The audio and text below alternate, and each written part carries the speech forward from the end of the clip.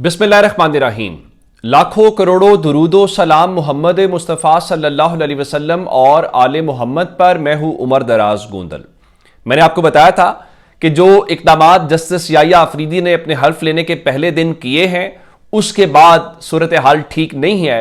और फिर मैंने आपको यह भी बताया था कि हुकूमत कह रही है कि हम अगले एक्ट के अंदर एक तो प्रैक्टिस एंड प्रोसीजर कमेटी वाले एक्ट के अंदर तब्दीली कर देंगे, हम सीनियरिटी का उसूल तब्दील करना चाहते हैं और हम जस्टिस याहिया अफरीदी के बाद वाले जजेस को सीनियर मानना चाहते हैं, पहले दो जजेस को नहीं मानना चाहते। अब जस्टिस याहिया अफरीदी ने कल फुल कोर्ट इजलास बुलाया हुआ है और फुल कोर्ट इजलास में बहुत सारे सवालों के जवाब भी आ जाएंगे। और फिर एक और अहम बात जो है तहरीक इंसाफ से मुतल्लिका मखसूस नशिस्तों का फैसला, जिसमें जस्टिस याहिया अफरीदी ने भी तहरीक इंसाफ को कहा था कि आपने सीटें देनी है। यह अलग बहस है कि बाकी जजेस ने 80 कहा, उन्होंने 41। बहरहाल जो भी उन्होंने अगर 41 भी कहा था, जो काजी फायज ईसा और मदोखेल ने भी कहा था, तो क्या उन 41 के ऊपर अमल दरामद हुआ? नहीं हुआ।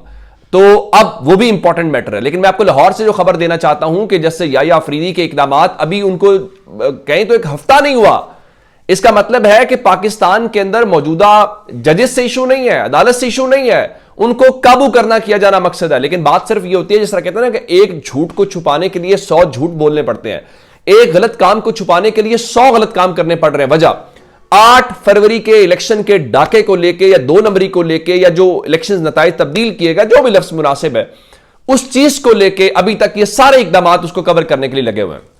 मैंने आपको पिछली वीडियो में बताया था कि बिलावल जरदारी का आज पोलो मैच देखने का प्रोग्राम था और वो अचानक शहबाज शरीफ के पास पहुंचे और शहबाज शरीफ से उनकी मुलाकात हो गई। दोनों जानिब की जो टीम्स हैं वो मौजूद थी। अब खबर क्या है? खबर यह है कि इस मुलाकात के अंदर जस्टिस याहिया अफरीदी की जानिब से जो इब्तदाई इक़दाम किए गए हैं, उसके ऊपर अंदर खाते तहफ़्फ़ुज़ात का इजहार किया गया है। इसका मतलब यह हुआ कि जस्टिस याहिया अफरीदी साहब ने जो कुछ किया है वो हुकूमत की ख्वाहिश के मुताबिक नहीं है। मैंने आपको बताया था कि अब आपने जरा हिम्मत और हौसले से काम करना है। अब काजी फायज ईसा जा चुका है और काजी फायज ईसा से आपको बहुत उम्मीदें थी। अब खबर अगली क्या है? अगली खबर यह है कि हुकूमत ने तहफ़्फ़ुज़ात का जो इजहार किया है, जाहिर है वो मीडिया के ऊपर तो इसको बात नहीं करेंगे और ये तो कहेंगे जी हम तो बड़े खुश हैं, लेकिन उस मुलाकात की खबर आपको देख रहा हूं। तो उस बुनियाद के ऊपर मैंने आपको बताया था कि ये अब एक 27वीं आईनी तरमीम लेके आ रहे हैं और अब इस मुलाकात के अंदर बताया गया है कि 27वीं आईनी तरमीम लाने के ऊपर इत्तेफाक हो गया है और इस सिलसिले में मौलाना साहब को एमकेएम को एतमाद में लिया जाएगा। एमकेएम तो वही मंजन बेचेगी जो पहले भी बेचती है। उनके बारे में तो कहा जाता है उनकी चाबी भी उस खिलौने की उनके पास नहीं है। मंजन क्या है? मंजन ये है जी हमें बल्दियाती इंतखाबात और बल्दियाती भाई कितनी बार इस बुनियाद के ऊपर ओहदे लेने हैं, सीटें लेनी हैं। आप कराची वालों के साथ अगर वाकईतन मुखलिस होते और आपका वाकई ये मसला होता तो आप पीडीएम की गवर्नमेंट का हिस्सा थे, आप अभी किसी मौके पे बात मनवा लें। और आप अगर बिलावल जरदारी के साथ बैठ के कहते हैं कि पीपल्स पार्टी हमें दे, तो ये तो इससे बड़ी कोई 2 नंबरी हो नहीं सकती। अब अगली खबर सुनिएगा जरा। अब खबर यह है कि मौलाना साहब को बनाया जाएगा, लेकिन मौलाना साहब तो पहले ही कह चुके मैं अपोजिशन के अंदर हूं। तो अब आईनी तरमीम आ रही है, लेकिन अब इस लाहौर वाले मामले के ऊपर तब देखते हैं कि उसके ऊपर रद्देमल क्या आता है। कल का दिन जरा इंपॉर्टेंट है, कल फुल कोर्ट के हवाले से। अब एक खबर और है और वो तहरीक इंसाफ से मुतालिक है। तहरीक इंसाफ को मुकाबला करना है, लेकिन तहरीक इंसाफ अजीब मामलात में पड़े हुए हैं, आपसी इख्तलाफात के अंदर एक दूसरे को बयान दे रहे हैं। इसको ये, हालांकि ये मामला इस वक्त ये नहीं है जिसके ऊपर इमरान खान ने एतमाद का इजहार किया हुआ है वो पार्टी के अंदर रहेगा, जिसके ऊपर नहीं है वो नहीं होगा। इमरान खान किसी नामालूम शख्स के ऊपर भी रख देंगे तो वो भी लीडर बन जाएगा। इस वक्त हकीकत तो पाकिस्तान की है, आप इसको झुटला नहीं सकते। मुझे ये बताइए कि अपनी ईमानदारी से जो लोग जीत कर असेंबलियों में पहुंचे हैं, आप उनके नाम जानते थे? आप उनको जानते थे? लोगों को तो कैंडिडेट का पता नहीं था। वो सिर्फ जाके, मैं खुद चूंकि पोलिंग स्टेशन के ऊपर कवर कर रहा था, लोग सिर्फ ये पूछ रहे थे इस हल्के में इमरान खान की पार्टी का इंतखाबी निशान कौन सा। उनको इंतखाबी निशान भी शायद ढूंढने पड़ रहे थे और उन्हें जितवा दिया। तो इमरान खान को जो छोड़ के गए वो हार गए। कहां गया जहांगीर तरीन, कहां गए परवेज खटक साहब? फारिग हो गए सब।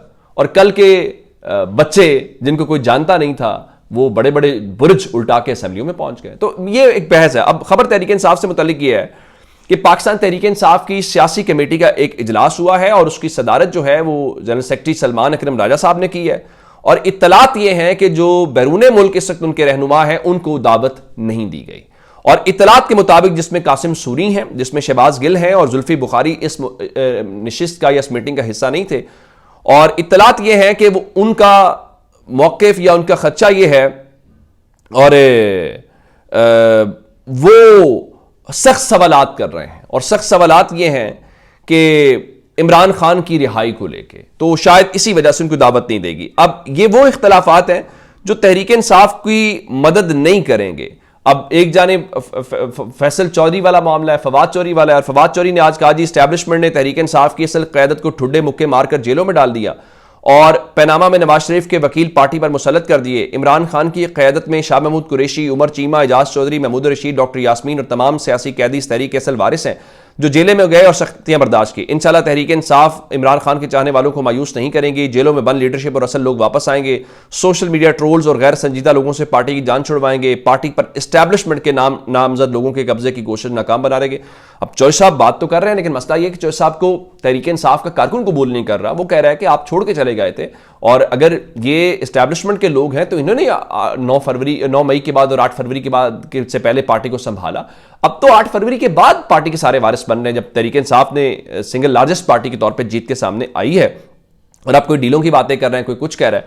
अब डीलों की सूरत हाल ये है कि इवन कल राना सनाउल्लाह को कहना पड़ा कि डील नहीं हुई, और आज अंसार अब्बासी से खबर लगवाई गई कि जनाब किसी किस्म की डील का कोई नतीजा नहीं है। अब हुकूमत अपने तौर पर डरी हुई है कि ये बुशा बीबी बाहर कैसे आ गई हैं, आया कोई मामला है, तो उसके ऊपर बार बार वजाहतें आ रही हैं। उससे आप अंदाजा लगा लीजिए कि इनके मामलात इस वक्त किस तरीके से चल रहे हैं। अच्छा, ये तो हो गई सियासत वाले मामलात के अंदर जो कुछ वहां पर चल रहा है तहरीक इंसाफ को लेके, और कुछ और भी मामलात हैं, और वो इस मुल्क के अंदर कुछ हीरे मुसल्लत किए गए हैं।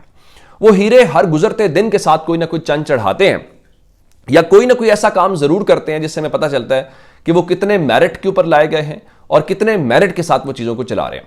एक हीरा मोहसिन नकवी है। आप देखिए, जो जो निगरान थे उनको नवाजा गया, और उनका सिर्फ उनका पोर्टफोलियो या उनकी सीवी है कि उन्होंने तहरीक इंसाफ की बर्बादी करने की कोशिश की, जो कि वो नाकाम हो गया। जाहिर है, जब अल्लाह ताला आपके साथ हो, अवाम आपके साथ हो, तो आपको कोई बर्बाद या नाकाम नहीं कर सकता। अब मोहसिन नकवी जो है वो क्रिकेट बोर्ड के चेयरमैन भी हैं, वो वजीर दाखिला भी हैं, और वो मुल्क के डिफेक्टो प्राइम मिनिस्टर भी हैं इस वक्त। शहबाज शरीफ भी कहना चाहिए कि उनके मातहत हैं। अब हुआ यह कि पाकिस्तान क्रिकेट बोर्ड के सेंट्रल कॉन्ट्रैक्ट का ऐलान किया गया, और सेंट्रल कॉन्ट्रैक्ट का मतलब होता है जिनको सालाना खिलाड़ियों को पाकिस्तान क्रिकेट बोर्ड उनकी कैटेगरी के हिसाब से अदायगी करता है। अब इन्होंने बाबर आजम को हटाया एक अभी हालिया टेस्ट सीरीज में पहले मैच में शिकस्त के बाद। ठीक है, उस चीज को एक अलग से देखते हैं। अब बाबर आजम पाकिस्तान का स्टार है, बुरा वक्त आता है, अच्छा खिलाड़ी परफॉर्म नहीं कर पाता, विराट कोहली की मिसाल हमारे सामने है। तो अब बाबर आजम की सपोर्ट के अंदर जो फखर जमान है, उन्होंने एक ट्विटर के ऊपर लिखा, और उसी दिन लिखा जब उनको किया गया। लेकिन अब अंदाजा कीजिए कि एक तो फखर जमान को सिर्फ बाबर आजम के हक में वो ट्वीट करने के ऊपर शोकॉज किया गया, न सिर्फ शोकॉज किया गया बल्कि उनको सेंट्रल कॉन्ट्रैक्ट से भी बाहर कर दिया गया। हालांकि फखर जमान कई बार ऐसे हुआ है कि उन्होंने अकेले मैच जो है वो जितवाया है।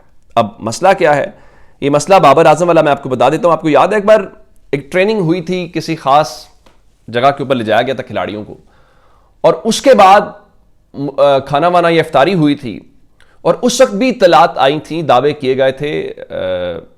इफ्तिखार शिराजी साहब डॉन वाले, उन्होंने दावा किया था कि कुछ शख्सियात के सामने बाबर आजम ने इमरान खान से मुतल्लिका कुछ गुफ्तगू की है। तो बाबर आजम तो बड़े अरसे से रडार के ऊपर थे। अब उस बुनियाद के ऊपर जो हीरे हैं वो कमालात भी कर रहे हैं, वो चंद भी चढ़ा रहे हैं। लेकिन मैं उनको ये बताना चाहता हूं कि ये आपका एक वक्ती उरूज है, इसको ढलना है। लेकिन बाबर आजम के साथ या बाकी पाकिस्तान के स्टार्स को तज़हीक का निशाना बनाने या उनको डीमोरलाइज करने वाले अगर सूरज को देख के थूकेंगे तो इसका मतलब है अपने मुंह के ऊपर थूकेंगे। बड़े स्टार्स को उससे कोई फर्क नहीं पड़ेगा। और ये हीरे हम देखेंगे कि ये बहुत जल्द ये गुमनाम हो जाएंगे, और लोग इनसे देख लें, काजी फाइजी से ही देख लें। अपना बहुत सारा ख्याल रखिएगा। खुदा हाफिज।